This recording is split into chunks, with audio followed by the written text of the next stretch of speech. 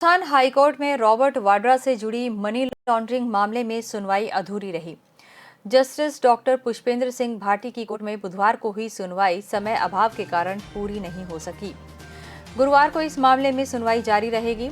वाड्रा के अधिवक्ता केटीएस तुलसी की ओर से पैरवी कर रहे एएसजी राजदीपक रस्तोगी सुनवाई के दौरान वीडियो कॉन्फ्रेंसिंग के माध्यम से जुड़ेंगे। ईडी सहित देश भर की निगाह इस मामले पर है, क्योंकि कोर्ट में यह मामला मेरिट पर सुना जा रहा है।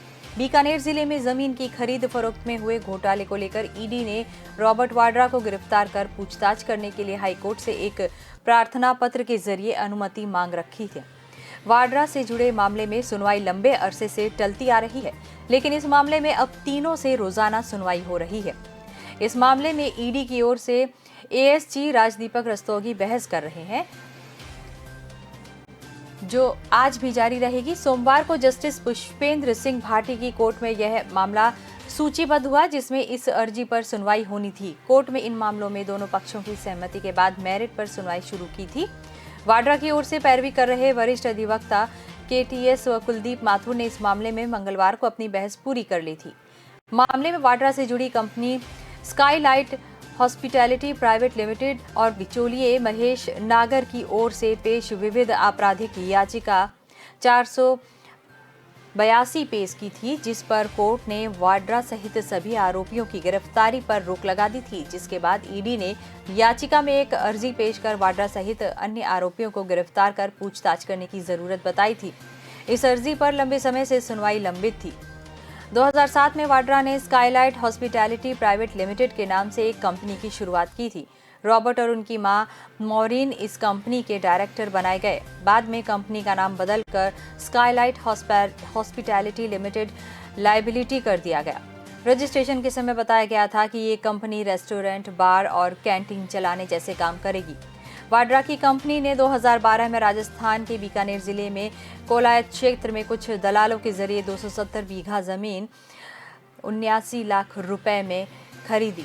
बीकानेर में भारतीय सेना की महाजन फील्ड फायरिंग रेंज के लिए जमीन आवंटित की गई थी।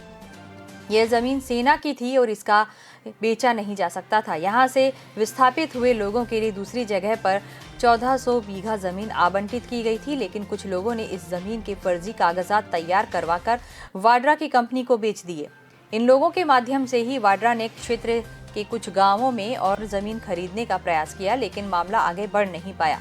फर्जी तरीके से जमीन के बेचने का मामला उजागर होने से पहले वाड्रा की कंपनी ने इस जमीन को 5 करोड़ रुपए में बेच दिया।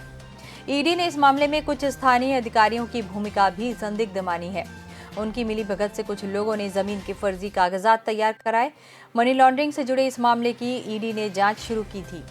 ईडी की पूछताछ से बचने के लिए वाड्रा लंबे अरसे से प्रयास करते रहे। कई बार समन जारी करने के बावजूद वो ईडी के सामने पेश नहीं हुए। ईडी की सख्ती पर वाड्रा ने राजस्थान हाईकोर्ट की जोधपुर स्थित मुख्य पीठ में अपील दायर कर पूछताछ पर ही सवालिया निशान लगाया।